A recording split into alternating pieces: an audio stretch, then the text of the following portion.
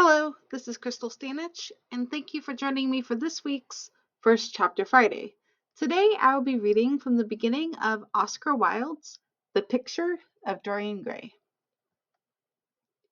Chapter 1. The studio was filled with the rich odor of roses, and when the light summer wind stirred amidst the trees of the garden, there came through the open door the heavy scent of the lilac, or the more delicate perfume of the pink flowering thorn. From the corner of the divan of Persian saddlebags on which he was lying, smoking, as was his custom, innumerable cigarettes, Lord Henry Wotton could just catch the gleam of the honey-sweet and honey-colored blossoms of a laburnum, whose tremulous branches seemed hardly able to bear the burden of a beauty so flame-like as theirs. And now and then the fantastic shadows of birds in flight flitted across the long tussar silk curtains that were stretched in front of the huge window, producing a kind of momentary Japanese effect, and making him think of those pallid, jade-faced painters of Tokyo who, through the medium of an art that is necessarily immobile, seek to convey the sense of swiftness and motion.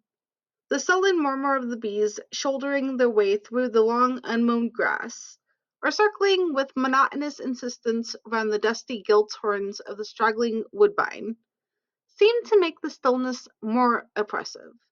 The dim roar of London was like the burdened note of a distant organ. In the centre of the room, clamped to an upright easel, stood the full-length portrait of a young man of extraordinary personal beauty, and in front of it, some little distance away, was sitting the artist himself, Basil Hallward, whose sudden disappearance some years ago caused, at the time, such public excitement and gave rise to so many strange conjectures. As the painter looked at the gracious and comely form he had so skilfully mirrored in his art, a smile of pleasure passed across his face, and seemed about to linger there. But he suddenly started up, and, closing his eyes, placed his fingers upon the lids, as though he sought to imprison within his brain some curious dream from which he feared he might awake. "It is your best work, Basil, the best thing you have ever done," said Lord Henry languidly. "You must certainly send it next year to the Grosvenor. The Academy is too large and too vulgar. Whenever I have gone there, there have been either so many people that I have not been able to see the pictures, which was dreadful, or so many pictures that I have not been able to see the people, which was worse. The Grosvenor is really the only place." "I don't think I shall send it anywhere," he answered, tossing his head back in that odd way that used to make his friends laugh at him in Oxford. "No, I won't send it anywhere." Lord Henry elevated his eyebrows and looked at him in amazement through the thin blue wreaths of smoke that curled up in such fanciful whirls from his heavy opium-tainted cigarette. "Not send it anywhere? My dear fellow, why? Have you any reason? What odd chaps you painters are! You do anything in the world to gain a reputation. As soon as you have one, you seem to want to throw it away. It is silly of you, for there is only one thing in the world worse than being talked about, and that is not being talked about. A portrait like this would set you far above all the young men in England, and make the old men quite jealous, if old men are ever capable of any emotion." "I know you will laugh at me," he replied, "but I really can't exhibit it.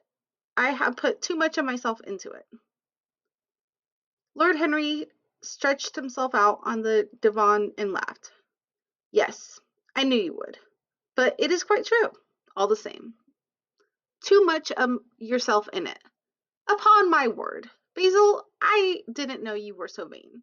And I really can't see any resemblance between you, with your rugged, strong face and your coal-black hair, and this young Adonis, who looks as if he was made out of ivory and rose-leaves. Why, my dear Basil, he is Narcissus. And you, well, of course you have an intellectual expression and all that, but beauty, real beauty, ends where an intellectual expression begins. intellect in itself a mode of exaggeration, and destroys the harmony of any face. The moment one sits down to think, one becomes all nose, or all forehead, or something horrid. And if you would like to know what happens next, you can check this title out on Libby. Please join me here in a few weeks as I read from the beginning of Emily Henry's Great Big Beautiful Life. Thank you and have a great week.